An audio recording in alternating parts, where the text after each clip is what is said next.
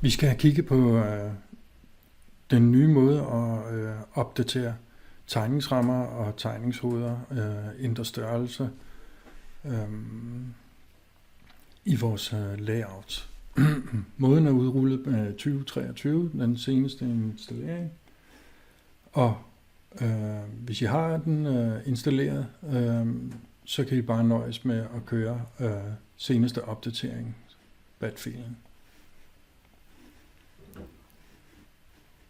Nede i venstre hjørne, der ser vi fanebladet Modelspace og Paperspace. Det er de helt klassiske faneblade, og hvis jeg højreklikker på det, så får jeg mulighed for at vælge From Template. Lad os sige, at der er noget galt med, eller ændringer, jeg ønsker fra mit opsætning, jeg har her, som er et helt klassisk Kryer PID dansk layout. Jeg sletter det for eksempel skyld, og går ned på mit Paperspace layout, trykker From Template, og har mulighed for at vælge tegningsfiler, det skal komme fra. Hvis den står på DVG, vælger jeg Drawing Template File formatet, så ryger jeg direkte ned i vores standard Kryer opsætningstemplates.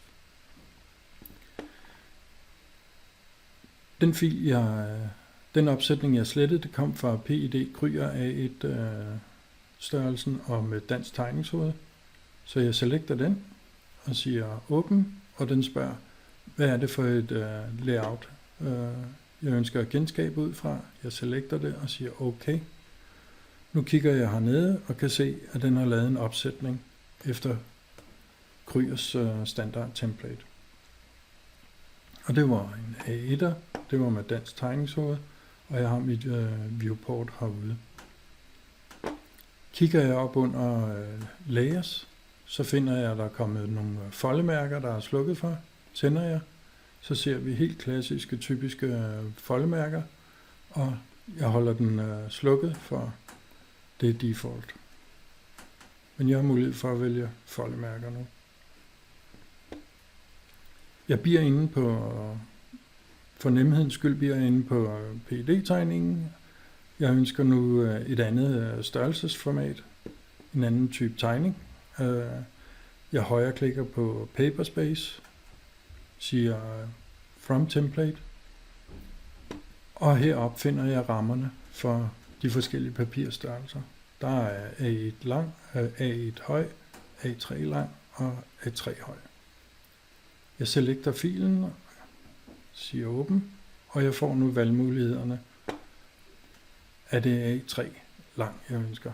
Holder jeg min kontrolknap nede på tastaturet, så har jeg mulighed for at vælge alle layouts, fra at vælge et måske, eller bare tage A3 lang, som egentlig er det, jeg ønsker nu. Jeg trykker OK, jeg kigger hernede og ser, at jeg har et A3.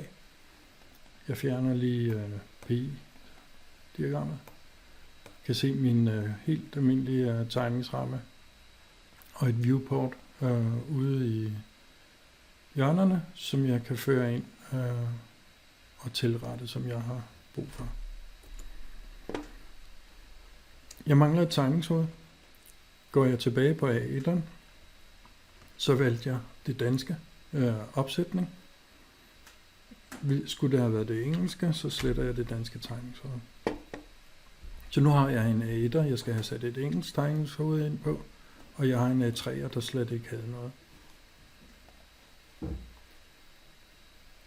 Vi har ved siden af Home har vi Insert og Insert blokke. Jeg trykker en enkelt gang på ikonet, den skal lige have lov at tænke, og så får jeg mulighed for at vælge Blocks from Library. Når jeg trykker på den, så ryger vi direkte ned i tegningshovedfolderen med default tegningshoved templates i DVG-filformater. Og de bliver listet som valgmulighed. Jeg synes, vi skal kigge på placeringen. Og det er jo, som vi kender det, med vores systemfiler, der ligger herude. Tegningshovederne, som jeg fortalte om, ligger bare her som almindelige DVG-filer. vi kan lægge for HUFO'er, vi kan Novo Nordisk, hvad der nu er brug for, kan listes. Man kunne også lave en folder, HUFO-folder, og have projektspecifikt tegningshoved setup derinde. Og tegningshovedfolderen, den ligger jo lige ved siden af vores klassiske DVT-template-filer. Det er placeringen af det, vi har her. Og heroppe ændrer vi stien.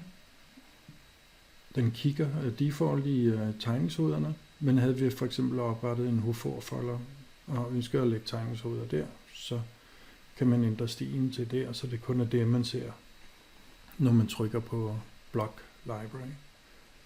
Så vil man komme direkte ned der. Så det er rimelig nemt at tilføje og justere afhængig af projektet med hvad det er for nogle tegningshoveder. Vi skulle prøve for eksempel skyld at sætte det engelske ind, så jeg selekter det lige, højreklikker og vælger Insert og sætter det i hjørnet af tegningsrammen. Og så er det på plads. Jeg havde en træer. Jeg tager bare et tilfældigt tegningshoved, højreklikker på det, siger Insert. Så har jeg det. En anden god mulighed ved at gøre det på den måde her, er at jeg har et eksempel her. Lad os sige, at der er en stor notefelt, der er noget legende eller symbolforklaring, eller nogle lister, der er sat ind. Jeg har bare tegnet en rød firkant med rødt kryds i, for eksempel skyld. Og det her layout, det er det, jeg ønsker, for eksempel på min tegning 201. Jeg går ned på Paperplace, fanebladet, højreklikker, siger From Template.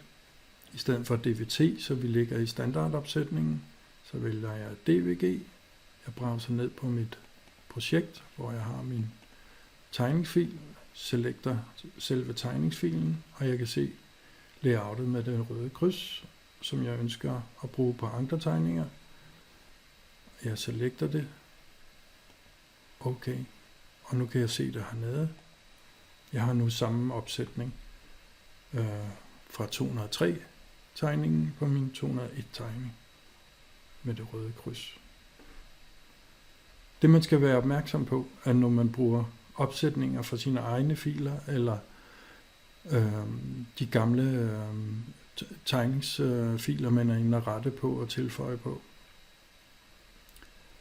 Så hvis vi kigger på tegningshovedet, så er det det ældre tegningshoved, hvor attributterne er løse, og tegningsrammen er for sig. Og når man dobbeltklikker her oven på for eksempel dokumentnummeret,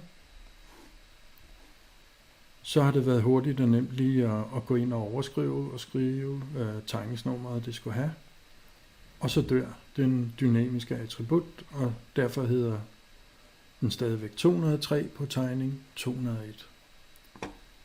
Det jeg prøver at slå et slag for ved at komme ind på det, det er, husk nu at bruge de dynamiske attributter, som de er tiltænkt. De gemmer sig og højreklikke på properties og lave indtastningerne på tegningen samt på projektsetupet, så den henter automatisk informationerne. Jeg sletter det tegningshoved, det gamle, og vælger det nye tegningshoved. Jeg sætter det ind, og nu hedder den 201, og har hentet informationerne fra tegningsfilen. Det er lidt vigtigt, og det er jo noget af det, der er med til. Det er jo ikke bare for tegningshoveds skyld. Det er jo de samme steder, der, hvis vi ikke udfylder det på tegningerne og i projektsetupet, så vores rapporter, komponentlister, instrumentlister, den får så heller ikke de rigtige informationer. Så husk det lige, dynamiske attributter skal udfyldes de rigtige steder på tegninger og i projektet, for at det kommer rigtigt ud også på rapporterne. Så Vi har sat forskellige tegningshoveder ind. Vi har kigget på, hvor de er placeret, og med ændring af placering. Vi har oprettet et opsætning fra vores egen tegning, som vi har arbejdet på. Vi har lavet en A3-størrelse og indsat tegningshoved. Vi har en helt klassisk template opsætning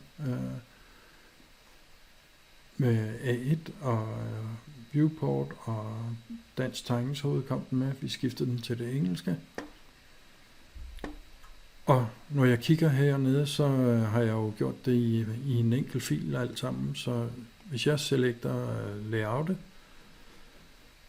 og A3'en og det, der kom fra en anden tegningsfil, så kan jeg lade højre klik og sige delete, få dem fjernet, og nu har jeg bare det layout, som jeg ønsker at have på 201'eren. Det var det. Jeg håber meget, I tager imod det og bruger det og kommer med feedback omkring det. Og tilpasningerne er jo noget, vi næsten alle sammen kan finde ud af med DVG-filer og almindelige template-filer og standardplacering.